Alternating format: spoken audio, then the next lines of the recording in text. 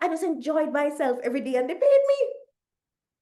And I said to myself, well, this is how people should be living their lives. The word of God talks about him giving us the ability to obtain wealth and adding no sorrow. And we know that it says in Jeremiah that before he formed Jeremiah in his mother's womb, he knew him. And it's not just Jeremiah, because when we look at John the Baptist, Samson, Jesus Christ, and some other characters in the Bible, we recognize that before they were born, their purpose was actually stated. So it's not just Jeremiah. So before you were born, Kerry, God knew you and he actually, you think about it. Do we make anything before knowing the purpose of which we're making it? San Diego 911 emergency. You need to come right away. There's a man with a gun and it's loaded. Receiving emergency signal from 4 charge 1141. We got a white female down. We need paramedics code please. all available units. Roll code that way.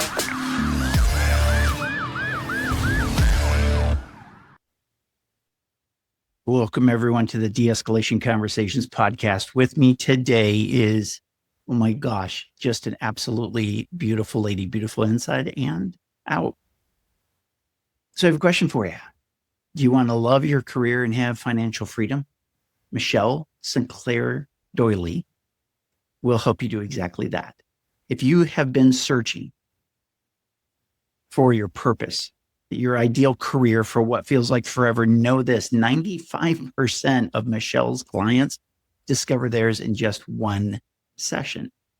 Want a promotion into a career or business you truly love? Michelle designed a mentorship and coaching program that delivered a 44% promotion rate within just 2 years. Are you thinking about leaving your job, but you're worried about finances? With 20 plus years in the financial sector and over 200 published articles, Michelle will craft your personal financial exit plan and financial freedom blueprint so you gain peace of mind and a clear path to your dreams. Now, what truly sets Michelle apart is her unwavering commitment to using the Bible as her foundation. If you're ready to enjoy earning your way to financial freedom without wasting time, money, or potential, Michelle is the guide that you've been looking for. Now, I met Michelle, probably over a year ago now.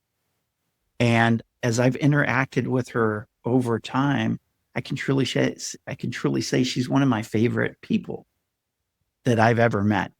She has such an easy flowing spirit, just a true heart of gold, which is ironic since we're talking finances. Yeah, it works really well to have a heart of gold when you're talking finances. And of any of the guests that I've interviewed on this podcast, Michelle brings a really unique perspective to things that help faith-based entrepreneurs. And if you're someone who's thinking about getting into business, or you have a business, you have a kind of a side hustle, you're looking at retiring, going into your next thing, you're leaving your current job, or you're looking to promote within your job, Michelle has got these bases covered. So you're in the right place. Michelle, welcome to the show. Thank you so much, Kerry. And thank you. I love your giving name, Joe. You are such a wonderful human being. And I thank you for being a part of the Purpose to Prosperity Summit. I sneak peeked your video to a friend of mine, and she said, I love it.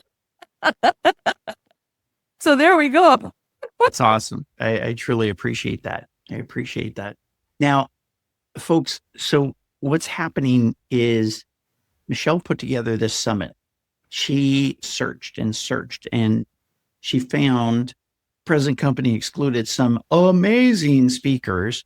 No, present company included. I appreciate that.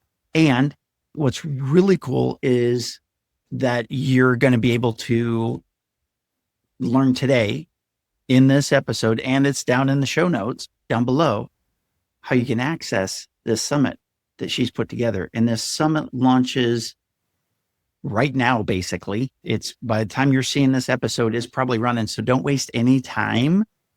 In fact, even if you need to pause this video right now or audio, if you're listening to this on audio, go into the show notes right now and get signed up for this summit. Do that and then come back and continue to listen because you don't want to miss this summit. Michelle, I'd like to, if it's okay, can we start off with talking about the summit just a little bit? Kind of tell everybody what it's about and what they're going to get out of it. And then we can take a step back and find out about how it all came about and those kind of background information pieces. Absolutely. So the summit is for the person who you are feeling this tug in your heart, or maybe it's a rage. For some people it's a rage, some people it's a tug, that what you're doing in terms of career is not what God created you to be doing. And you try to figure out what it is. And so some people go ahead and they try to get promoted because they said, maybe if I get promoted, it will be easier. For other people, you know that this role that you're in is not the right thing. And you try to figure out, what is it? And how do I transition from what I've done all my life into something new?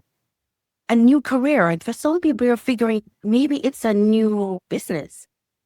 What this summit is designed to do is to help you to move from that place where you're confused and unsettled to a place where you have clarity as to what your next step would be. And so the name of the summit is Purpose, because they're going to help you with your purpose. The Prosperity, because we're about financial freedom. Honor God, because we believe that the Lord Jesus should be praised. Build your business or career and be financially free. So this summit is going to change lives. I've been doing so many fantastic interviews. Kerry is one of them. We also have some other awesome speakers. We have Dr. Stan Breakthrough Harris, some other awesome people who are just pouring in so much. When I sit and I just listen, I'm listening to these interviews, right? I've done them, but now I'm listening to them. And so now I can feast on them.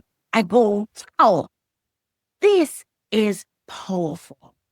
And so for the person who is saying, I'm not too sure what I should be doing, this is what you need to jump into. And it's free of cost to jump in. So you have nothing to lose. But what you do have to consider is if you don't attend, will you continue to stay in the same state that you're in? This doesn't equate to really living a purposeful and joy-filled life. So I would say jump in and check it out. It's going to be awesome. Purpose to prosperity. I love it. I love it. So as you were looking at creating the summit, what was it that led you to do this for people? Okay, so then I have to tell you a story then. Love stories. So many years ago, I was in a career that I did extremely well at. As a matter of fact, if you look behind me, you'll see some awards and stuff. And I was doing it, and there's some in front of me too, right? But I was doing extremely well, but I hated the job. And every day I went in, I felt as though another piece of me was dying. And for years, I was trying to figure out what is it that I wanted to do with my life. But then because I didn't know, I just knew what I didn't want. And so there was no promotion that looked appropriate, etc. So I remained stuck there for 9 years. It's a long time to be stuck in something you don't like. And then I finally identified my purpose in life. And when I did, it set me free, Kerry. So I didn't create just, first of all, I worked for an organization that said, hey, Michelle, you write your job description, you get it to do. What a wonderful thing, huh? That's a very unusual thing that somebody offers you. And I was able to get promoted not once, but 3 times within the next 9 years after that. So 9 years, no promotion, not moving.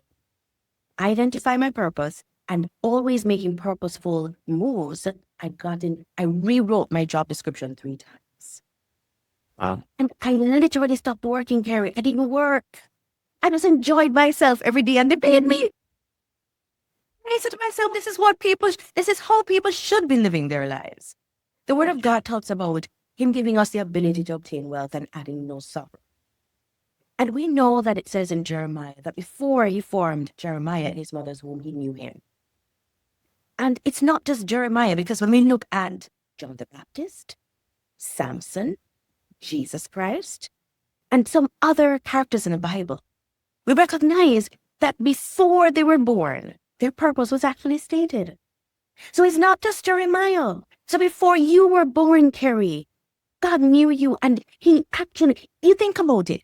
Do we make anything before knowing the purpose of which we're making it? No. We don't make something and then say, oh, okay, let's try to figure out what to use it for now. No.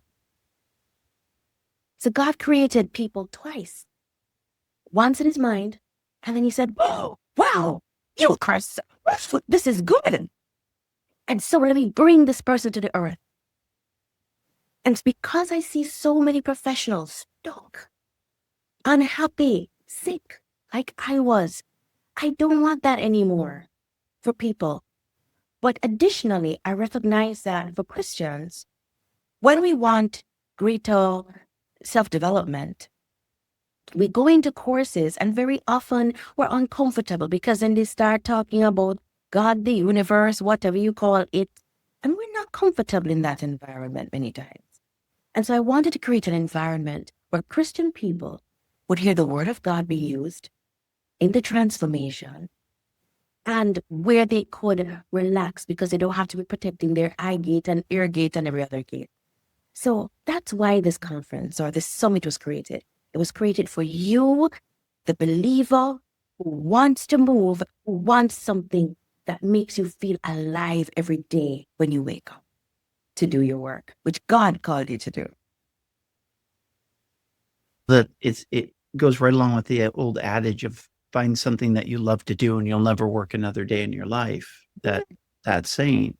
Yes, it does. It does. I believe it wholeheartedly. I was thinking about it today, and when I just started working in financial education, which is one of the roles that I had created based on my purpose, I remember I would try to find extra things to do to me. Because it was so easy. It was so weird. It was so easy because I was enjoying that. I said, it has to be harder than this. And no, it doesn't have to be. Not that you won't have some amount of difficulties, not that you won't have some stress, but the way you feel is so different. Because you're a fish in water. You swim. Yeah. One of the things that I've struggled with is as I look at which direction to go in life. And oftentimes I've been blessed. I've done a lot of different things in my life, from being in the Navy on submarines to being a firefighter to being a police officer, an EMT. And I've done a lot of different things. And as I've looked at different opportunities that have come up, how do you recommend distinguishing between fear and when God is leading, when you're considering some major life change? I'll give you a quick example. When I was a firefighter, there was a lot of conflict at the firehouse. I was with my second department. It's out in California, and it was a completely different world than it had been when I was a firefighter in South Carolina. Completely different. And I did not like the environment at all. I truly felt that if I couldn't experience a major shift, that I was going to leave the fire service, which is ultimately what happened. And that's all I had wanted to do. I grew up in the firehouse.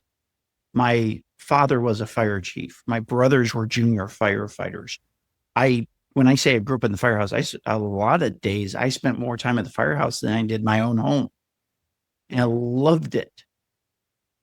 And so to leave the fire service and have that major career shift, and when I talk to firefighters, it's kind of a standing joke that I went to the dark side. I left firefighting, became a police officer. I went to the dark side.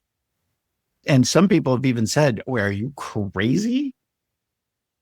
Yes. And there was that time I didn't know if it was the right thing to do, because here I am giving up what I thought was a lifelong dream to pursue something else that I had thought about, but I had no experience in other than going on a ride along or two.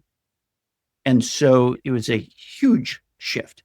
How do you recommend to people who are making a big shift, whether it's leaving their job, becoming an entrepreneur, changing careers, moving into a different role within the same company as a promotion?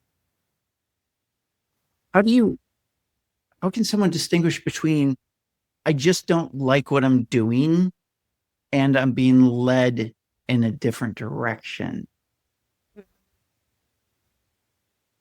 That's an excellent question, Kerry.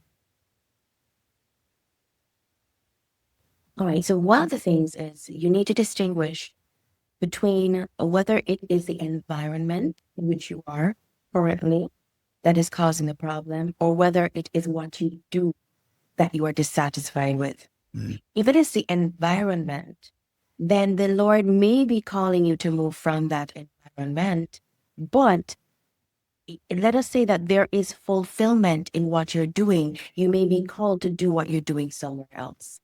Okay. If, however, the disquiet in you has nothing to do necessarily with the organization, so wherever you go, you would have the same disquiet, then it is a clue already that what you are doing may not be what is ideal. And why I'm saying that is, whatever you are called by God to do, you're designed for it.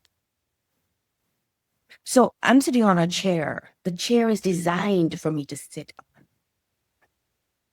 No, I can use the chair as a ladder. And many of us are using ourselves as ladders when we're chairs. But when you look at the design, you recognize there's also something called a zone of genius, where you can be doing something without going through the entire continuum of what the zone of genius is. When you are in your zone of genius, they say you feel alive. You will feel alive. No, it doesn't mean that there are not going to be difficulties, but there's an aliveness that comes to you. Now, continuing on with some other aspects of that question. Is it just that you feel miserable, or are you being called? One of the things I like to do is I like to pray about everything, and I ask the Lord for signs. And I'm a fleece test girl. So I'll say, Lord, if it is your will that X, Y, Z, then cause X, Y, Z to be the case. Remember when Gideon said, let the fleece be dry and the ground be wet, and the Lord did it. And then he flipped it around. So I'm always doing that kind of thing, flipping it around. And some persons will say, but that is Old Testament. I will say that is a practical way. The Lord always wants us to be in obedience to him. And so he will tell us. And so if it is one of the things that you're using, right? And he wants you to know what you're supposed to do, he can use that as one of the means. Sometimes he will also give you, sometimes it comes in our dreams. I'll tell you what happened with me when the Lord was telling me to leave my job. Now, this was a job I love now, okay? Because remember, I left the one that I didn't like, created a career I loved, and now the Lord is saying to me, okay, it's time to start. And I was not comfortable with it at all. At all. And I've been praying. And you know what happened? One night, the Lord gave my husband this dream. So the following morning, he comes and he says, oh, Michelle, I have to tell you about this dream. And you left the company. And then I said, and let me tell you what happened after that. And I told him, and he said, what? How did you know? I said, because I got the same dream. The Lord, yes. And my husband and I are so different, okay? He's a very practical guy, and I'm the woman who, oh, idea. And for him to give us the same dream was very telling. And then another time, sometimes you'll find that random people will be speaking into your life, and they'll be speaking the same thing. And I'll give you another example from my life. So I would have people from varying spheres of my life that would be talking to me, and somehow they're saying the same message. They don't know each other. They don't know what's going on. So therefore, that is something you want to look into, and you need to pray about it, right? And then you'll also sometimes see that the doors are closing and your desire is shrinking and a new call is emerging. So what I found for me is that I started thinking more and more about this business I was going to be creating and the summit that I wanted to create and all of these things, all of these dreams that would have required me leaving. And at the same time, doors were closing. Some people would say, oh, somebody's working against me and whatever. No. The Lord was just saying, hey, it's time to go. And so these are some of the things that I'd ask you to look. But normally moving from one thing that you're so comfortable with into another is normally something scary because you've never been there before. Right? It's like when Moses was at the Red Sea. Well, we don't have to reach to the Red Sea. Did not want to lead the children of Israel. He did not. But he was called, and the Lord kept on and kept on. So more than likely, you're not going to get that prompt just one time. The Lord is going to keep on and keep on. I think of Gideon. He was so afraid. He did not even see himself as God saw him. But the Lord told him who he was and called him. And then remember, when he did the feast test, it was undeniable. So it normally is not just a one call. But Samuel, his name was called how many times? 3. Yes, it was in one night, but it's still 3. It's not normally one call. As we look at changing things in our lives, I think, and the example that I just gave and what you talked about, I remember hearing this phrase one time: everywhere you go, there you are. Yeah. You take you with you. So if it's Mhm. just an unhappiness, Mhm. and I took a really good look at the conflict that I was seeing occur in the firehouse. And I had to, one of the discernments that I made was I knew that the conflict wasn't due to me. I knew that was just the environment. And if it had been me, then I would have been, if I was the problem, I would have been taking the problem with me, and I just would have had conflict in wherever I went. And so I throw that out there for the people who are looking at different things, because there's been different times I know within the police department that it's been recommended that an officer transfer to a different area division. If your department's large enough, maybe a different assignment within the department, maybe with San Diego Police, where I spent 30 years in law enforcement. We had so many different job assignments. You could change job assignments just by working in a different area of town. And sometimes that change was really good for people. But if they were the source of the conflict or the problems that were going on, they were just bringing those with them. And amazingly enough, the same dynamics were at play in the new division in a relatively short amount of time, which can help you understand, okay, the problem was not where I was working before, it's not Right. where I'm working now, it's internally the things that I need to work on for that. Now, that brings up the next question of what role does community and accountability play when you're stepping into a new God-given purpose? How do you wrap in community and accountability into this? When you're stepping into your God-given purpose, you will have many persons who are going to be saying, what are you doing? You've been in law enforcement all your life. Are you crazy? But if you know that it is God who is calling you, then you know that you must go. But then how do you do it? Because you're going to have the naysayers over here saying a whole lot. And then it's you alone. When you have too many naysayers on this side and you don't have any partners on the other side saying, hey, Kerry, you can do it. Yes, Kerry, let's go. Then it becomes very easy to remain stuck. So let me give you an example of what happened in my life. So when I was leaving the job, the one that I really hated and was making me sick, before I left it, I had the big vision. So the Lord had given me the vision for financial education and all of these things. And at the time, financial education was nothing that anybody spoke about. And so it sounded hilarious to my colleagues. And so I remember we're in the office and I was telling one of them about it. And she's like, what do I do? What? You want to make your job redundant. That's what you want to do. You want to be unemployed. That's what you want to be. And then she started asking me about my experience in doing all the various things that needed to be done, right? So one of the things that you would have mentioned is that I would have written over 200 financial articles that were published in the newspaper. But this was before her. So she said to me, Michelle, have you ever written anything that anybody apart from a lecturer has ever read? And I said, she said, oh no. Okay, you want to be on TV. Have you ever been on TV? Okay. So, do you hear how stupid my idea was sounding to her? And as I was voicing it to her, it started to sound very silly to me. And she started laughing. Other persons were wondering what she was laughing so hysterically at. They ran in to find out. She told me to repeat it. Michelle.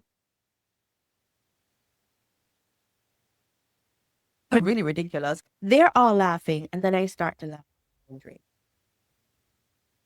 And the result of that is that I stayed stuck for another year. Now, on the flip side, let me tell you what has happened. At another juncture in my life, I wanted to make a bold move. I knew nobody would understand. And I got myself a community of people. I went into a course, and so yes, you can say I bought myself into the community. If you don't have anybody around you, sometimes you have to buy yourself into a community of people who are all running, right? And then imagine a herd, whether cattle or whatever, right? Running. And if you're in the middle, you're going to have to run or be trampled. So more than likely, you're going to run. And so what happened now is there were all these people running. And so I started to run too. And then when I was being left behind, I said, come on, Michelle, you can do it. Come on, Michelle. Let me teach you how. Come on. And that is how I was able to move further faster.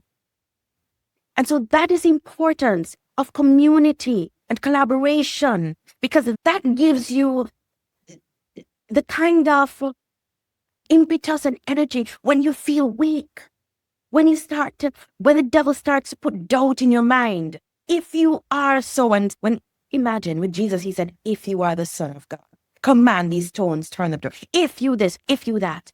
And let us even think about Jesus. Didn't he have a community? He had a community of the 12. First of all, he had his inner circle, right? We should have had Peter, James, and John. Then he had the outer circle, right? The wider circle of the 12. And then he also had another community of people that were followers of his. Had community. If Jesus needed community, then why do you think that you don't need community? Jesus wanted community such that when he was in the Garden of Gethsemane and he was sweating until they said it turned into drops of blood. It was like drops of blood. He went out to them and said, you couldn't even stay away. It was because community was important, because he was doing something huge. And so the bigger your dream, the larger the thing is, the more you're going to need the person saying, hey, Kerry, you can do it. Come on, Kerry, let me show you how. What do you need support with? You need that. And then in terms of accountability, yesterday I was talking to this lady and she said, today, are you being who you have become, or are you going to be who you have been called to be? So the future you. And when we are going through that time of transition, bless you, we need persons who are going to hold us accountable. Kerry, you said that you would have done so, and I'm not seeing it. Kerry, I recognize that if you keep on going down this particular road, you're not going to reach to that vision. That is important because as human beings, sometimes we get weak. Do you even realize that when the apostles were sent out, they went in community?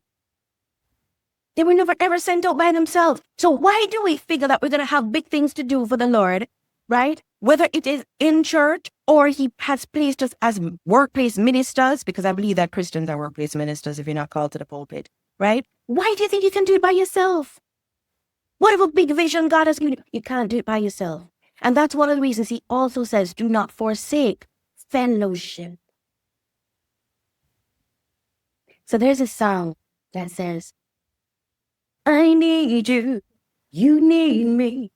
We're all a part of God's body. Stand with me, agree with me. We're all a part of God's body. It is his will that every need be supplied. You are important to me. I need you to survive. It's community. It's accountability. We need each other. I think that goes right along. That's beautiful. And by the way, you have a beautiful voice as well. Thank you. I see a strong correlation between that and the concept of the saying that you are the sum of the 5 people you spend the most time with. And a friend of mine once said, being able to talk to somebody and to be able to say, you say that you're driving to Canada, but you're headed south. So unless you're in Alaska, you're headed to Canada.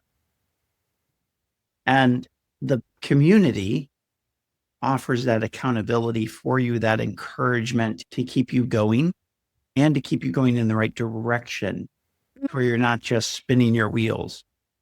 You know, the other thing Very it gives you, Kerry, it gives you combined skills because you're not going to be able to do everything on your own. Yeah. So he for sure. gifted me with X and he gifted you with Y. You need X from me, I need Y from you. And so when we are isolated, it is impossible for whatever dream that the Lord has placed in our hearts to actually be fulfilled because we need other people's skills to be a part of building that dream. Yeah. So along the lines of that community and accountability, how do you help professionals who are high performing recognize when maybe it's time to leave their current path and pursue God's calling instead? Okay. So the first thing that I do is I help them to identify what their God-given purpose is. Because as Christians, I believe that the most important thing that we could ever do is be in obedience to the Lord and what he created us to do. So that's the first thing that I help people to recognize. And then once we know Miles Monroe, I want to back up a little bit. Miles Monroe, because myself and somebody were talking about this yesterday. Miles Monroe put it in a beautiful way. He said, basically that there is your job and there is a work that you are given by God to do. Your work is your purpose. You can be fired from the job, but you cannot be fired from this purpose, this work that God has given to you to do. And so what I do is I help people to merge the two because after they know what their purpose is, their God-given purpose, I help them know to see what are the careers or businesses that are aligned with that God-given purpose so that they can now step out and feel fulfilled and not feel as though they're working on their way to financial freedom. What often happens is that when we're professionals and you've been a firefighter for all your life, and now at this point you want to do what? You want to do what? You know, the skills that you've been working with all your life do not matter over here. or you're a lawyer, or you're an engineer, or you're whatever. And so when my clients freak out, as they always do, and I know that they would because that's what happened with me, right? You freak out and say, okay, fine. So now I know what my ideal career is, but how do I make that transition? Then I walk them through looking at what your transferable skills are, how to actually quit the job, when to quit the job, because not all persons can quit immediately. But some persons, we have to put a financial exit plan in place. And many people don't leave because they say, I have a mortgage to be paid, I have real bills, I have children to go to school, etc. I can't just get up and quit my job. So very often we need to now create an exit plan, a financial exit plan, which includes having a proper emergency fund. That would be up to a year. And somebody's saying, a year? Isn't that a lot of money? Yes, it is. For some, it may be, right? But we help you to get there so that you can then make that kind of transition. So I would have shared with you that I'm no longer working in the career I love. I'm now in the business I love. But it was a process. Getting ready financially was a process. Getting me ready was a process. But you know something? Because I knew what the vision was. As I was doing my job, I was saying, hey, Michelle, remember you need to pay attention to XYZ skill because you're going to need that over there. So right now they're paying you on the job to learn this skill. You're receiving on-the-job training. Learn it well, right? So you get a chance now to see with new eyes some of these things. So let me give you an example. So right now, I'm a purpose to prosperity coach. The job I hated many years ago, I was a personal portfolio manager. No, I love managing people's money. That was not a problem, right? I didn't like the admin that came with it and all of that. But what does a coach do? A coach asks great questions in order to give you these aha moments. When I was in portfolio management, which involved sales, sales is also about asking great questions. So the client goes, and so I recognized that since I wanted to be a coach over here, and since I was in sales over here, get excellent at asking these questions. So I help people, therefore, to know what is it that you need to become excellent. And your current job is a stepping stone for that. And since everybody wants financial freedom, right? I do not know about anybody who wants to end up broke. What I do is I take my clients not just on this journey to purpose, but showing them how being in their purpose can lead to financial freedom. So hence, for example, this summit that you have so graciously agreed to be a part of, Kerry, because now I have world-class people who have made these transitions in their lives that are coming on to say, let me tell you, I remember when I was in your shoes and this is how I was feeling and this is what was happening and this is what I was doing and this is how I switched and this is the result. And when people hear that, they feel encouraged. They feel so encouraged. So what I do is I give my clients not just the systems that work, I know that they work, but the support. Because sometimes people want to cry. I'm scared, Michelle. I don't know if I'm doing the right thing. Oh my goodness. Oh my God. Yeah. And we have to talk about that. And many times I have to pray people through that too. So that's why I do what I do, and that's what I do. And I just love what I do. That is so awesome. I love it. Absolutely love it. As we wrap up, we have the information for the summit in the show notes. Maybe for somebody who's driving, who can not look at their show notes, is there an easy website that they can go to find out more information and get signed up for the summit, which is, again, free? So it is purpose2prosperity.info. Purpose to prosperity.info. Correct. That's pretty darn easy to remember. Exactly. So folks, go over to purposetопроsperity.info. Get signed up for this summit. The people that Michelle has gathered together to allow you to listen to their wisdom, their insights, the unique things that they bring, perspectives that they have, you're really going to benefit from it. I highly recommend that you do. And again, we'll have a link in the show notes. You can click on that link and go straight to it. But don't miss out on this opportunity because, number one, it's free. So as Michelle said earlier, you have got nothing to lose and you've got everything to gain. Michelle, thanks for being on the podcast with us today. Thanks for sharing your insights. Your tidbits of wisdom are just never ending. So thank you for that. And Kerry, thank you. So thank you to all of our listeners, persons who are listening, persons who are watching. Thank you for listening. And what I pray is that you apply, right? It's not so much in the listening that we grow. It is by application of things that we grow.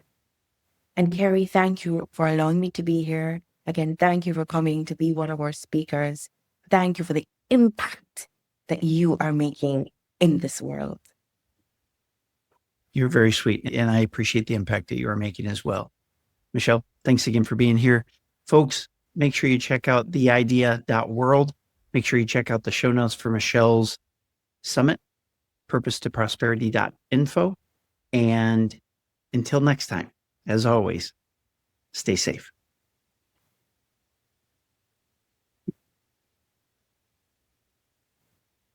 You found a lot of great value in this episode of the De-Escalation Conversations podcast.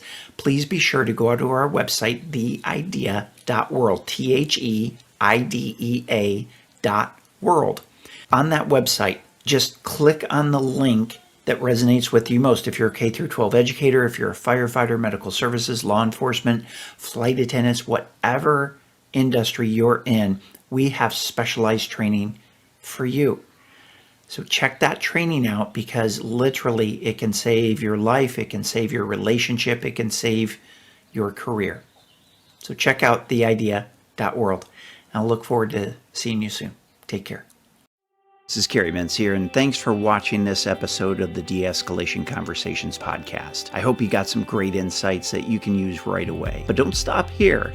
Click that video link above and keep the momentum going with another powerful episode. And hey, if you haven't already, please hit that like button and the subscribe bell so you never miss an episode. New strategies, new stories, and new ways to connect coming your way every week. See you in the next episode.